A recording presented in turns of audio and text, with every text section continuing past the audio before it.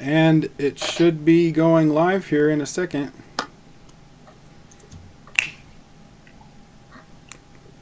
And we are live! Alright. So now I'm going to be publishing on the social medias. My dad pointed out, you don't say social medias, you just say social media. All of them are a part of, it's already plural. I'm like, yeah, I know that. But I get irritated when people say the social medias. But I say it almost as out of humor. Well, I know it. Social media. But other people do it. Yeah. I also hate when people describe social media as the entire thing. Like, oh, the reason why, things are the way they are is because of social media. I'm like, that has to do with, like, farming equipment. Like, that's, like, the internet. Like, not social media. Social media is Facebook and Twitter, not Google and, like... You could say Google Plus, but no one uses it. Then, like, someone's like, I do. Alright. We're uploaded. We're ready. So, we're on this first stream. We're going to be doing 2 streams. So, we're going to end the stream and start the other one. But we're doing 2 discussions. This one is on Godzilla Monster Planet, Part 1. And the second one is going to be on the Black Cauldron. So what we did is we each picked a movie that we would both watch and then we would discuss it. So the first one is your movie. You had wanted to see Godzilla Monster Planet.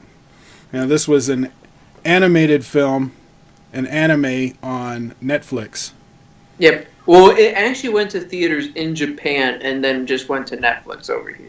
I can understand that. I mean, it is a high-quality anime, so it would be something that would go in theaters.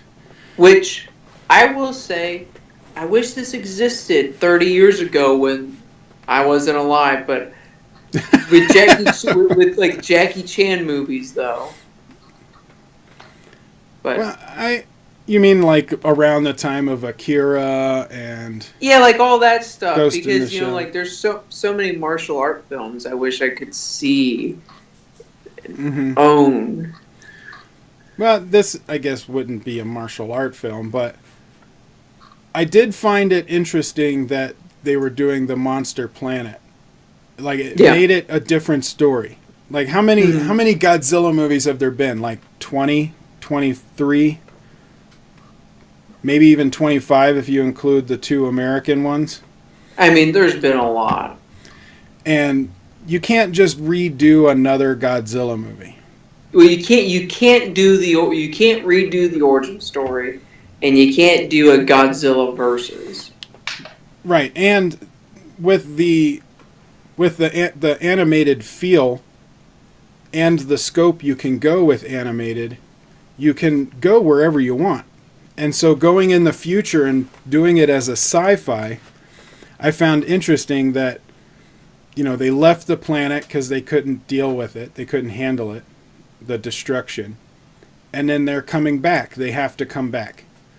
Wasn't it like 10... It was like 20 years in their time, 10,000 on Earth's time. It was 20,000 years on Earth time. But the whole idea of that is... It goes along with Einstein's theory of relativity, that as a body approaches the speed of light, time slows down for that body. Mm-hmm. So they're traveling at the speed of light for this amount of time. That means time on Earth is going a lot faster. So it may take them 10 years to go 10 light years or something, 10,000 light years. Or whatever it was, but then 10,000 years goes by on Earth and then they come back or whatever. So from relativity, I can see it making sense. The raw theory. I don't know if in practice it would actually happen that way, but theoretically, mathematically, it should. It makes sense.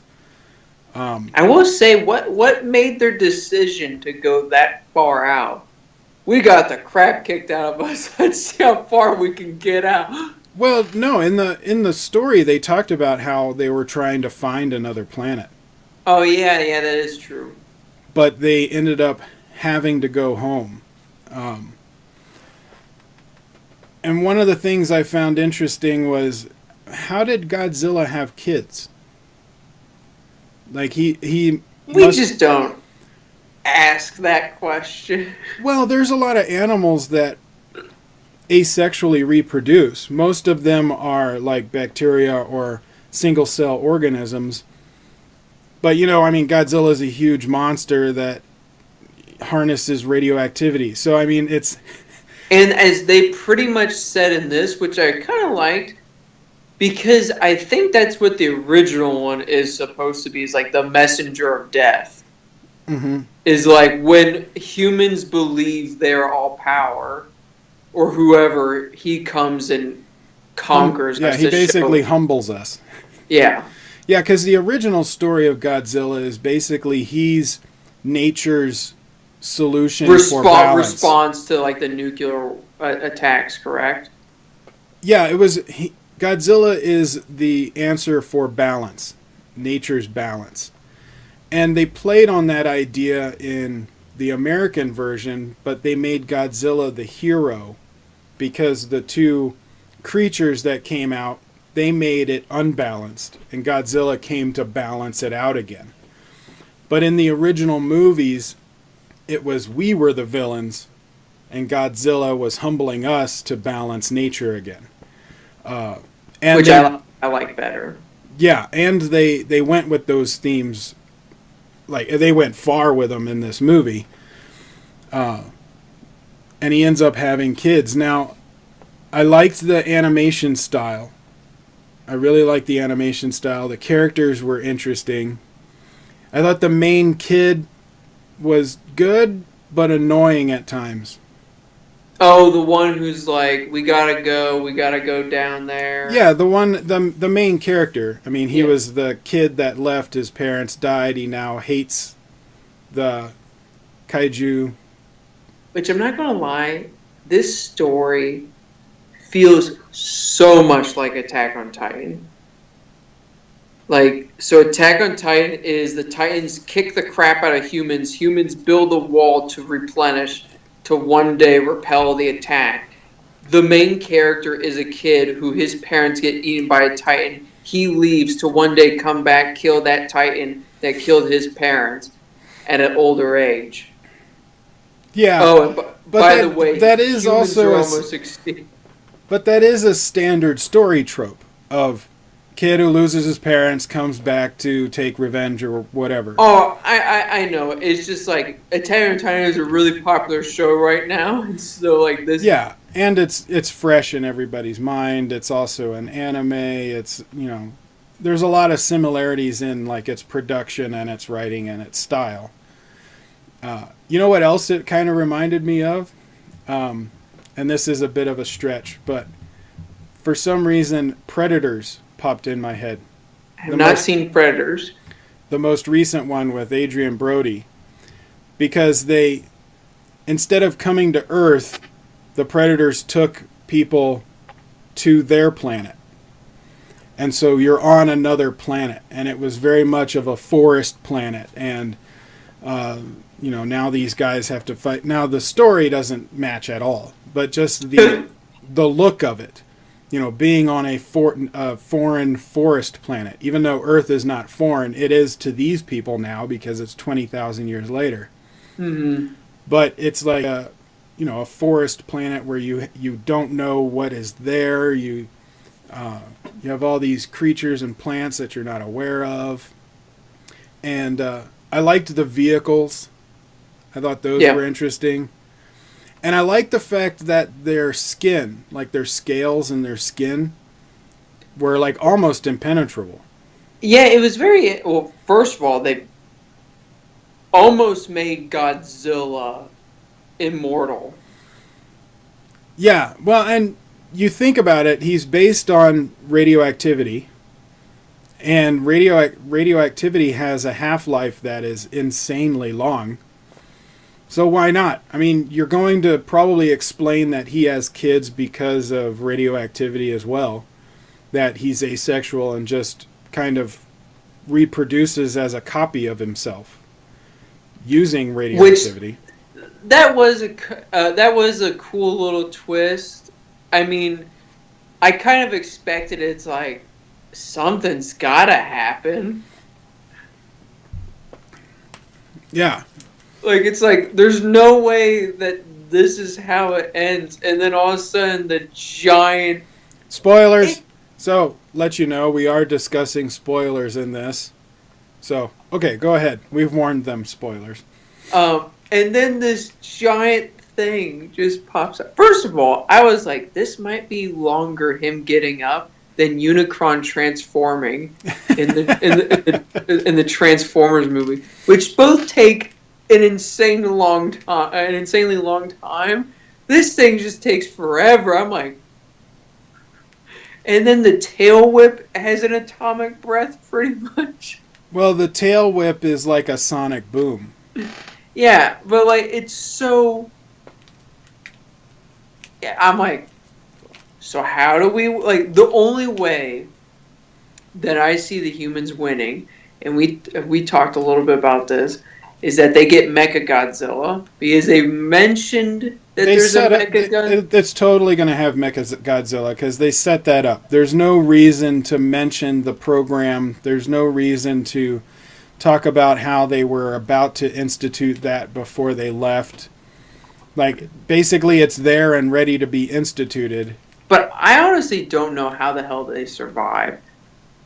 Like, the only thing I can see is that this would be a stretch, is that there's humans that are still alive on Earth who have developed, like, they've, like, somehow killed smaller versions of the Godzilla, and they now utilize, like, Godzilla's, like, whatever he's made of as weapons. That's, and they did set up that, they're at least able to kill them by having the drilling into the back and basically blowing them up from the inside. Everything. But, so it's kind of like in Independence Day, you find the weakness and then exploit it. But I don't know how they would do that with the huge Godzilla. It worked with the smaller guys, but they barely got out of that one. Well, and also, Mechagodzilla is going to be a much smaller version than Godzilla. It's going to look like the one that they fought. Right, but he is bigger than what they were using to take out the smaller Godzilla. So maybe they're using him in the same fashion, and because he's much bigger, he has a better impact on the back of regular Godzilla. It seems how we bring it up every time that we talk. You know who they could bring? Captain Planet. Get the Planeteers together. Well, I was wondering, it's been so long, maybe the apes have taken over and we can have the Planet of the Apes crossover. Oh, gosh, yeah.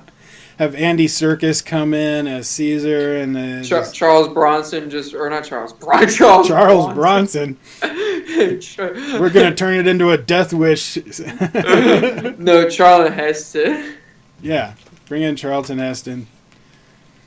Damn you, dirty Godzillas! Or, damn you, dirty kaiju! It's atomic breath and just. Damn you, dirty kaiju! I the idea is crazy. Which, I mean, if you're gonna do a Godzilla movie now, you gotta be like, you gotta go super crazy, because it's like at this point, like, the original Godzilla is an amazing idea. I love the concept.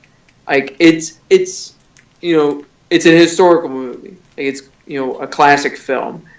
Now we're just to the point of absurdity. So in my mind, and that's the reason why I brought, why I wanted to do this, is like, okay, we're going in space. We're coming back to fight it. It feels like you got the crap kicked out of you last year at Homecoming. Now you're back this year for Homecoming. It's the big game. Yeah. Like, they're just going to be.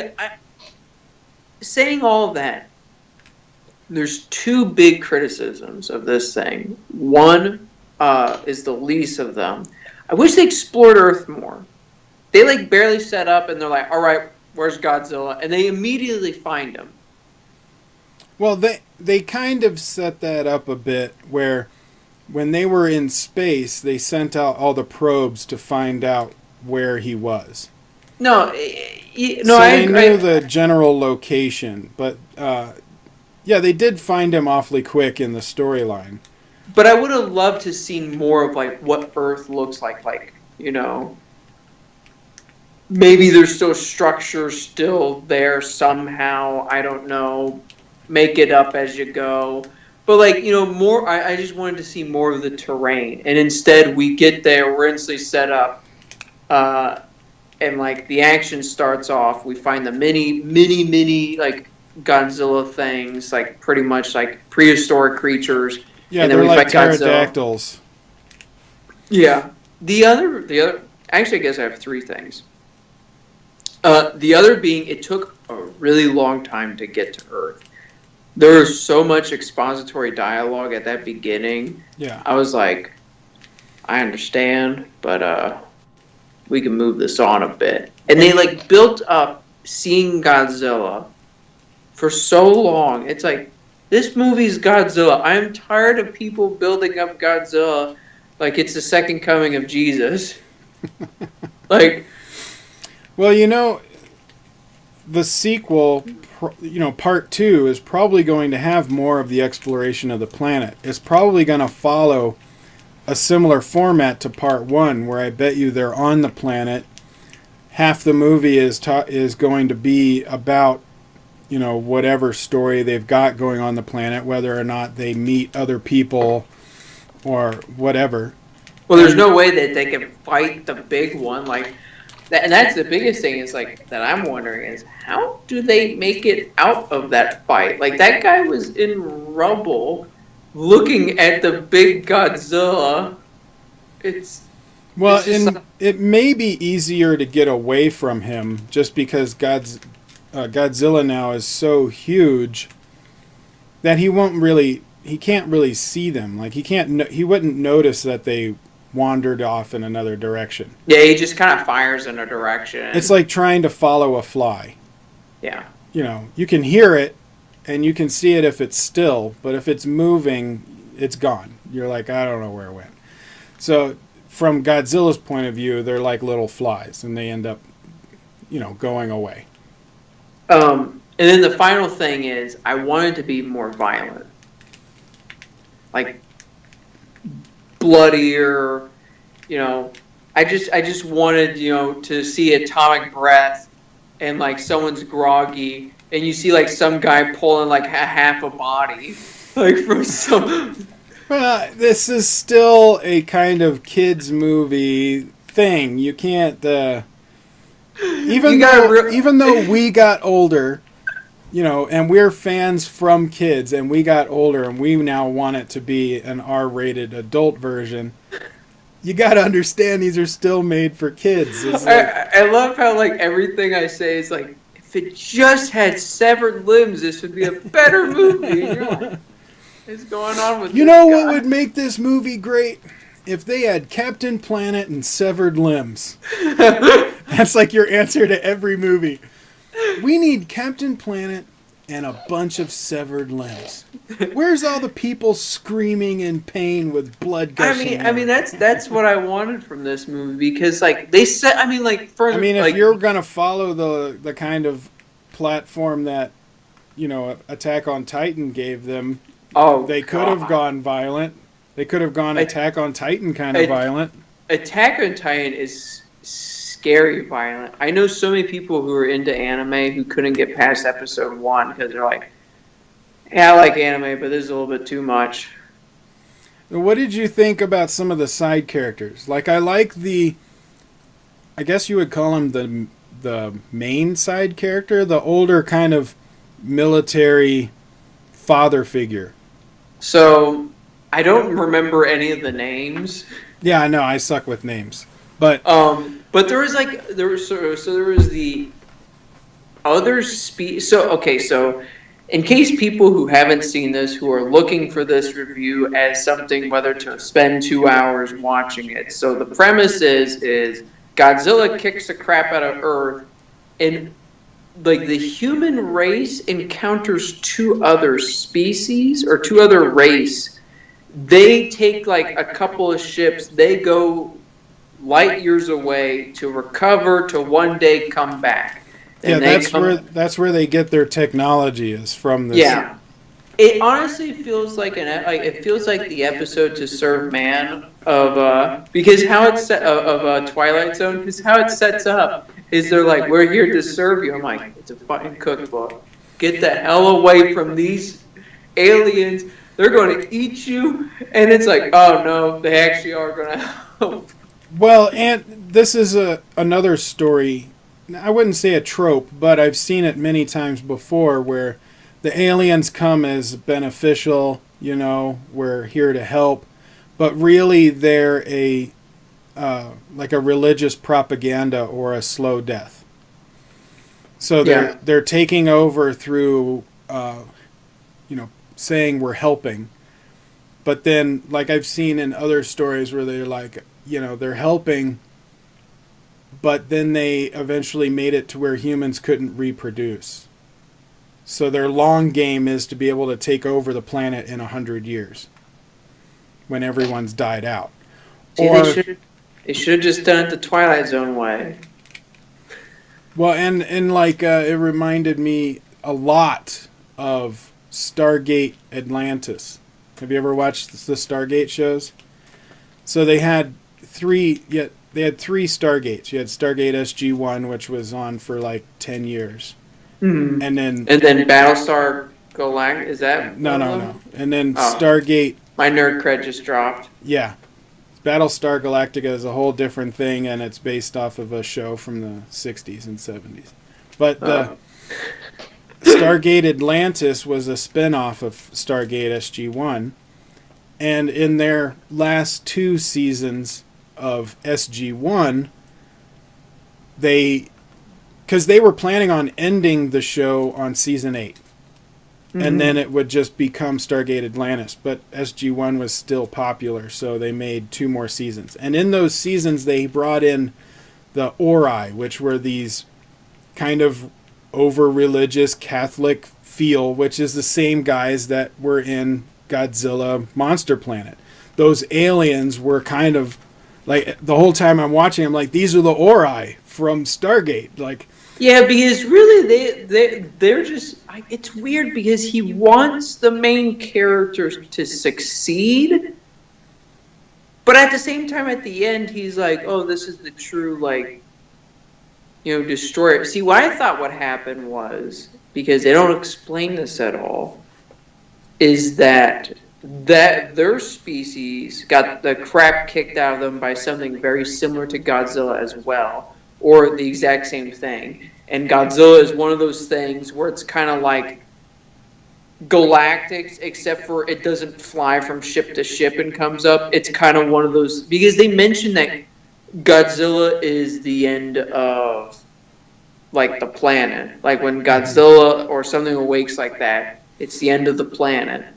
And so I thought what happened was these other 2 species or races, aliens, had the same thing happen to them, and they're like, all right, let's all team up and hopefully one day beat the crap out of them. Now, the feel I got from those, the aliens, was that they were more of a religious group that was spreading their word.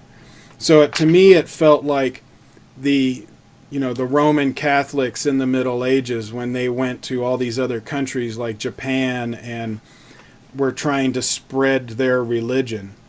It was the same kind of feel, like they're the Mormons knocking on the door, have you heard about the word of Jesus? And that's kind of what it felt like to me, is they just came to Earth, and that was the next planet on their list to come and try and convert to their religion. And that's why they talk about it a lot in the show, is people saying, I don't believe in your religion. And the guy or monk or whatever you want to call him that's on that ship, who's supposed to be the spiritual leader, for the groups that believe in his religion.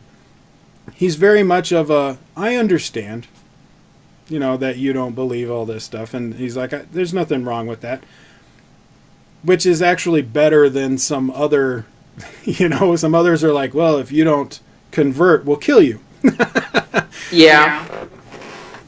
But most of the side characters, either A, were just, let's go, we don't agree with the main character, but we're gonna do it anyway.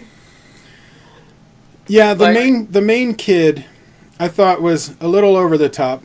Now, he was, wanted to get revenge on the kaiju for killing his parents, but he was emotionally, like, a teenager.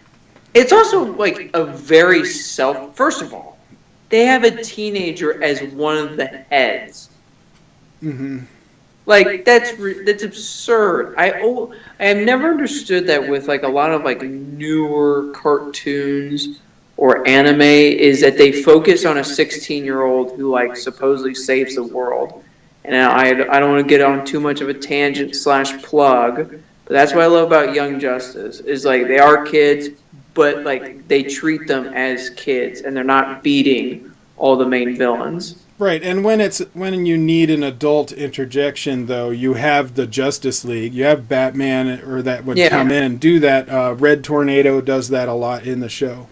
For this movie, though, it was that older military guy that was kind of his father figure. Yep. He was the adult interjection, but he didn't have enough say. Like, he wasn't strong enough to be able to help kind of control this kid. He kind of just went along with everything and then would disagree, but eventually would just go along with it. Which is kind of ridiculous when literally you're determining the fate of our race, or the fate of our humankind. It's like, I don't agree with you, but whatever. But like, this kid should think a little bit more. It's like, yeah, dude, it sucks that your parents died to Godzilla, but he annihilated like 6+ billion people. Like, from what I gathered, the rest of mankind is on that ship. Yeah, and he's very liberal with people's lives. Like, there's only what? How many people were on that ship? Like 5,000? 4,000. 4,000 people, and he has no problem sacrificing a bunch of their, very little amount of military people that they have. Because most of the ship are families.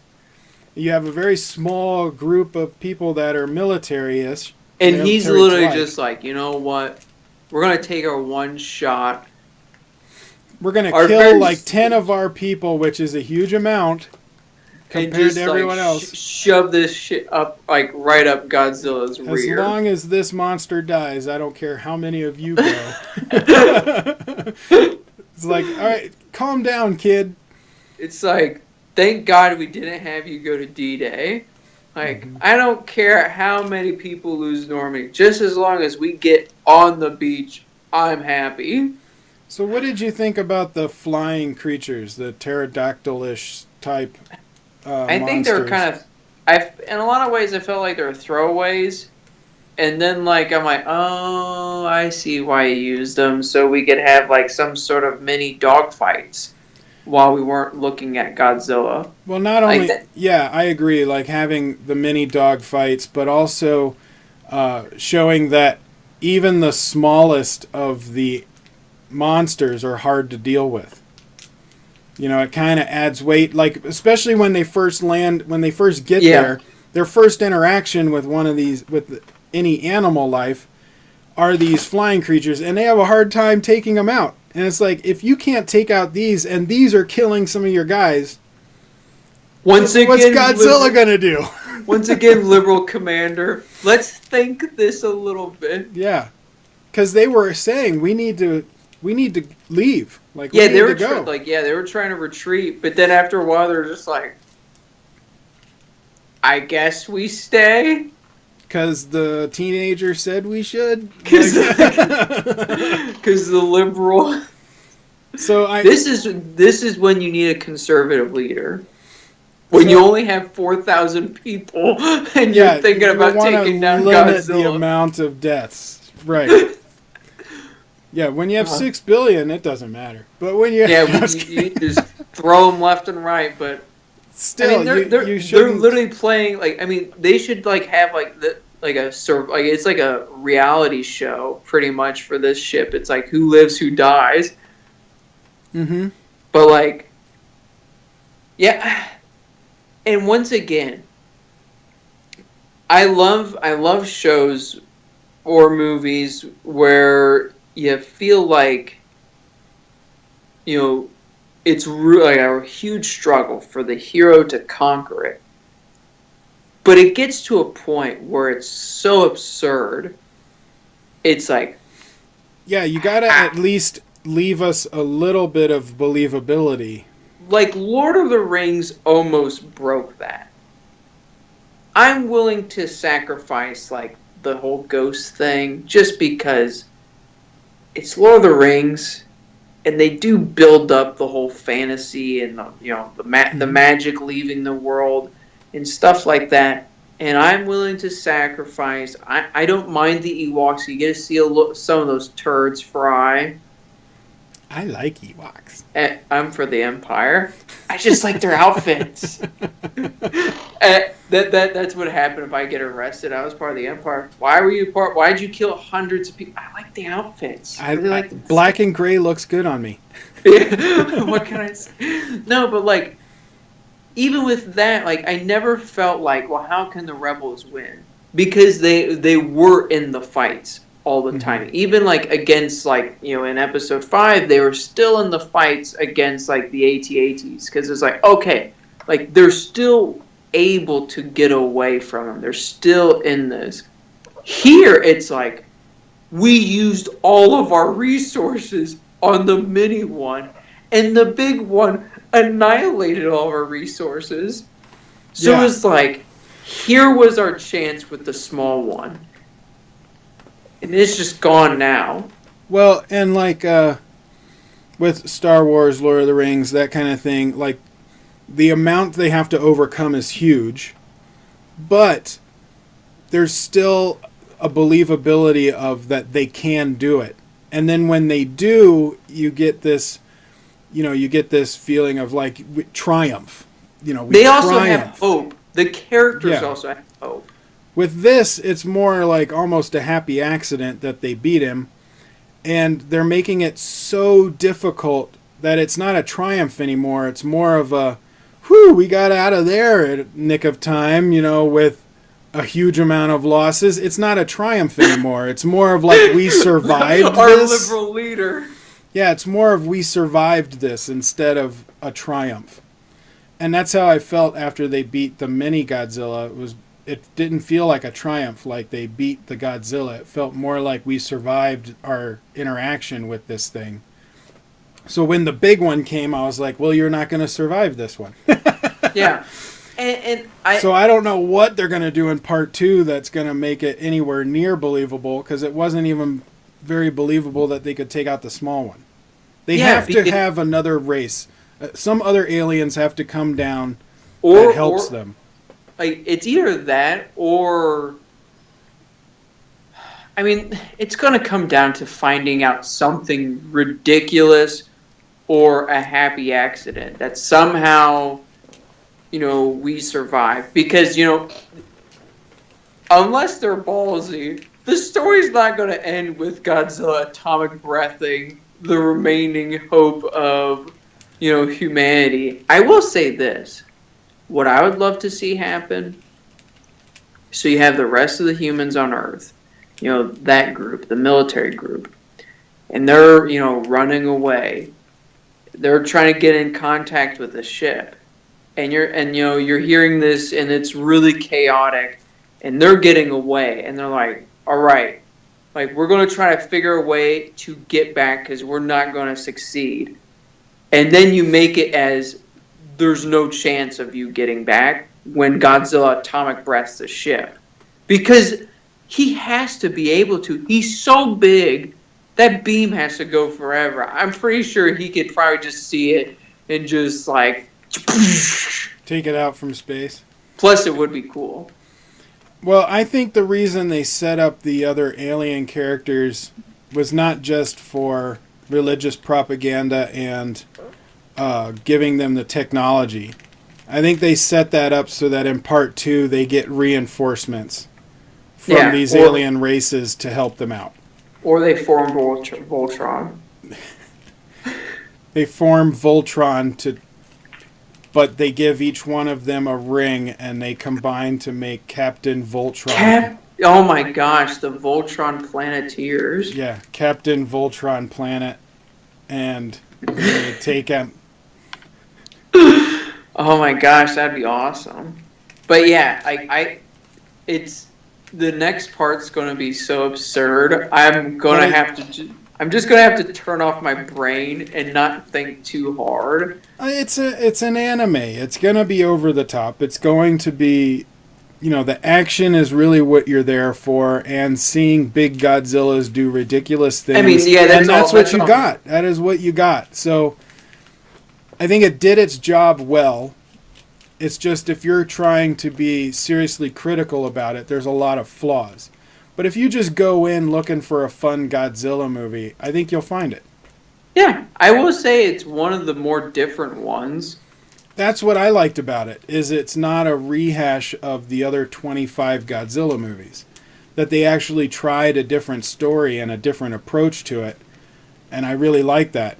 Also, I think in part 2 we are going to see more of the planet. Because in part 1, half the movie was in the spaceship.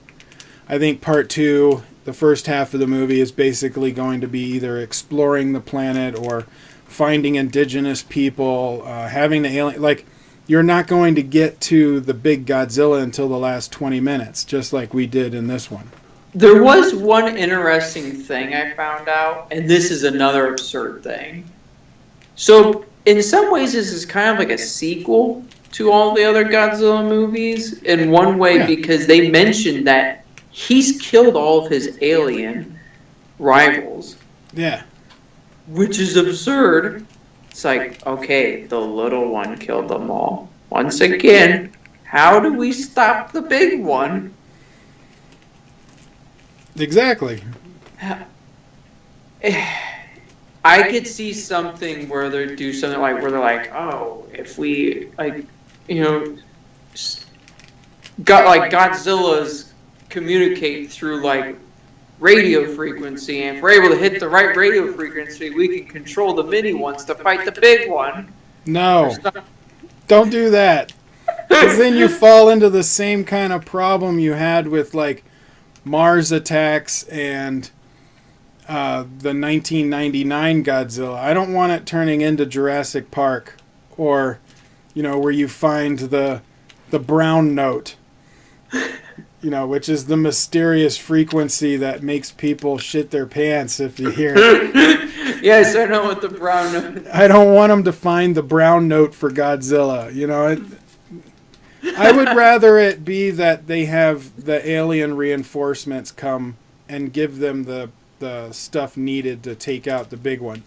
Because they already set up how you can kill a kaiju. They set that up. They just need better equipment and bigger stuff. And if the other alien races come to back them up, then I think they could easily get that. And you're going to have Mechagodzilla. There's no reason to mention him in the first movie if you're not going to activate him in the second. Yeah.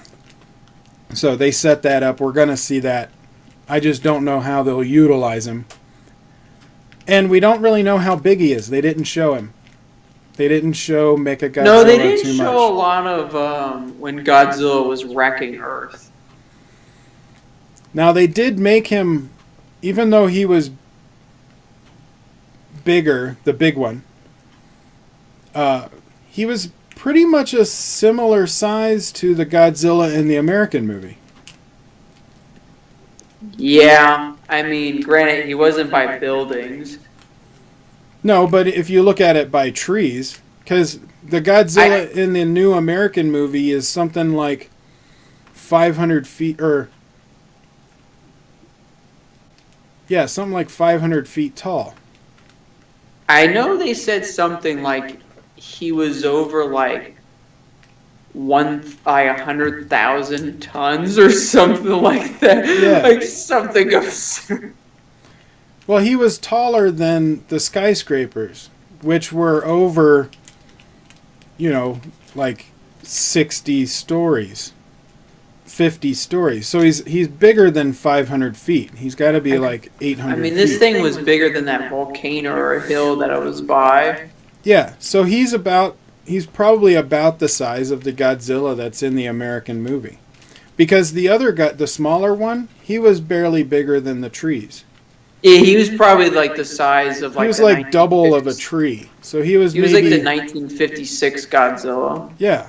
So this movie is basically showing the difference between the original Godzilla and the new Godzilla. Those are the two differences.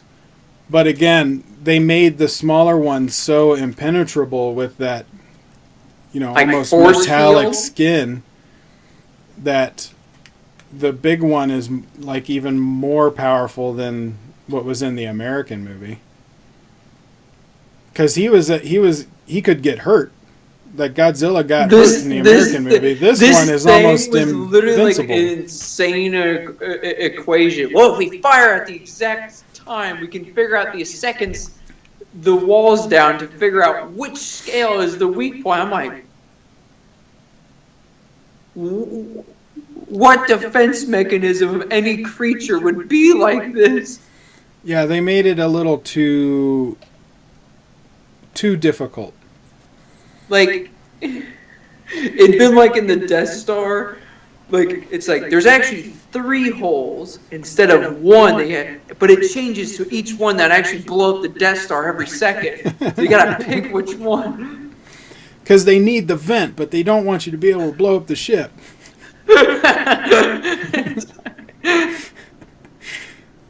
Yeah, so it was a little too difficult to take out the Godzillas. So I'm curious. I want to see the sequel because, the action looks great. The animation is great. It's really just some of the main character kid that I think is slightly annoying at times. And the unbelievableness. I have a weird fascination of like animes of people just screaming, because that always happens in animes. Like, they always scream at the top of their lungs like they're about ready to die. And it's just, like, something I've noticed. Like, it's just magical. And so when I was watching it, I was, like, eating, like, carrots. I was like, oh, yeah. Yep. Just keep screaming. Well, I think we talked about Godzilla enough. I think we should take a break and then come back and talk about Black Cauldron. Oh, are we rating it? Okay.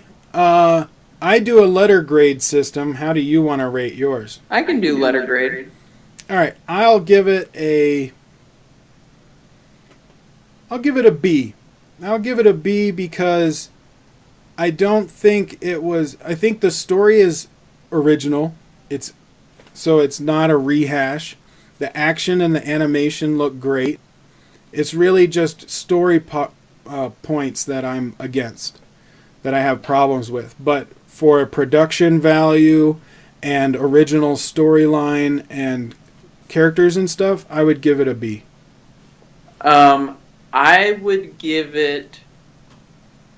I'd probably say C plus B minus range. Well, first of all, I did enjoy the movie. I'm not taking away, but like there are some things that I would change. Like, they took too long on the ship, get to Godzilla, and the biggest one for me is, what the hell do you do now that like you've lost everything, and it feels like it's gonna be one of those ridiculous things or just magical devices that kills them. So if part 2 is better than you think, would that change your letter grade for part 1? Yeah.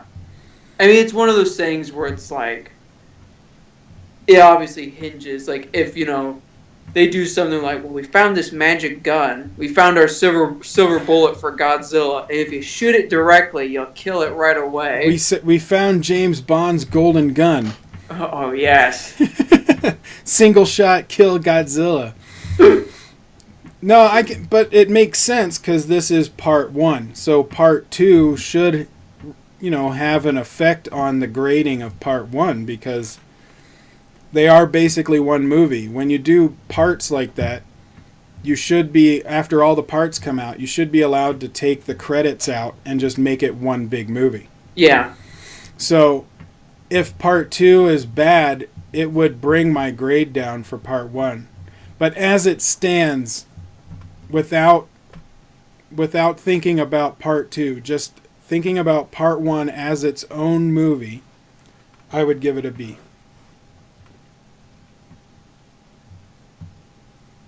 C+ still. When is the sequel coming out? When is part 2 coming out? Normally how they do them like back to back each year, and the first part came out in November, so the second part will come out this year, probably November, I assume. I assume what they did is they filmed both. Did the second one come out in Japan already? No.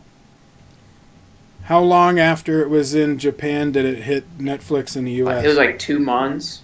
2 months, 1 month. So we should keep an eye on Japan and find out when it hits theaters in Japan. Yeah.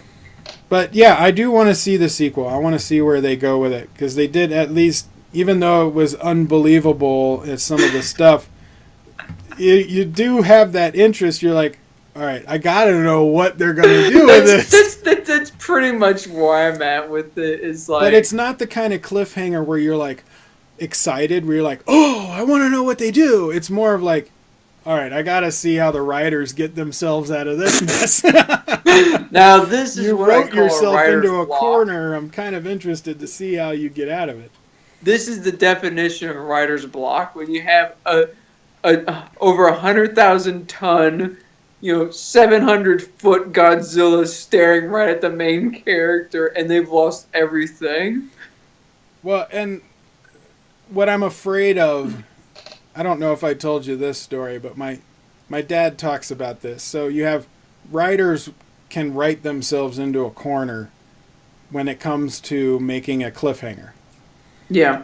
I mean, that's why they call it a cliffhanger. How does he solve the solution of hanging off the cliff? And there was my dad used to go to the theaters in the early 60s when he was a kid, and they would have serials before the movie comes out. So instead of trailers for other movies, they would have like a mini serial of something. Yeah. And like Flash Gordon, stuff like that. And they had one about this like detective that my dad really liked. He was this PI detective guy, and for one of the cliffhangers, he was driving the car and ends up driving it off a cliff, like a literal cliffhanger, right? And then they go, come back next week to find out what happens, blah, blah, blah. So my dad, for the whole week, is thinking, how does he get out of this situation? Like he's driven the car off of the literal cliff. And so he's been like racking his brain, like obsessed with trying to figure out how they do this. And he gets back to the theater the next week to find out what happens. And they open it up with, after surviving the crash, and then they just This is like the most anticlimactic ever. That's kind of what they did and with I'm a little Sherlock. afraid they're going to do something like that in Godzilla. It's going to be like, after defeating Godzilla. Or like after escaping Godzilla. Well, Yeah. they did that. They did that in Sherlock. Like, have you seen Sherlock with Benedict Cumberbatch? Yeah, but that's because that's how Conan Doyle wrote it. So Sir Conan Doyle wrote the first 3 Sherlock Holmes, and his original plan was that would be it. That's why he killed off Sherlock. Was because the idea was Sherlock and the other guy, what's his name? His arch nemesis. Well, you went black. Oh, there you are. when they went Professor off... Moriarty? Yeah, Moriarty. When they went off the cliff, the whole point was that Sherlock met his match, his equal. And so Doyle just wanted to write those first three, and that was it. It was a trilogy, it's done. But the character was so popular that the publishers were screaming for more.